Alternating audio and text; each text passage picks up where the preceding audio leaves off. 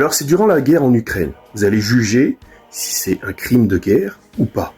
Ok ? Et vous allez voir, c'est pas si facile que ça de juger.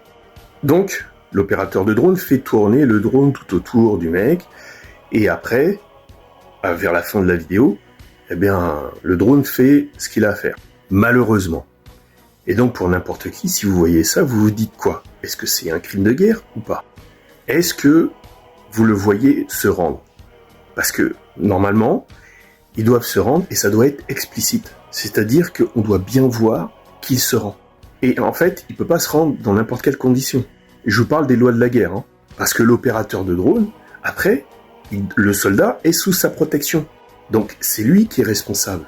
Si le soldat est blessé, il a une maladie, ou son bateau a coulé, il est en train de se noyer. Là, il n'a pas besoin d'expliciter le fait qu'il se rende. Mais là, il fait aucun mouvement, il n'y a rien.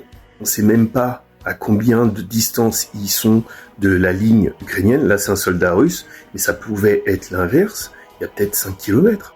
Et celui-là, l'opérateur de drone ukrainien, laisse partir ce soldat russe. Rien ne dit que dans une semaine, il va pas tuer d'autres soldats ukrainiens. Lorsque c'est un civil, il n'y a pas de doute, ok. Mais lorsque c'est un militaire, comment il fait pour se rendre à un drone ? Le drone, il a une autonomie. Comment il fait pour gérer, pour protéger aussi son soldat ? Enfin, en l'occurrence, son prisonnier.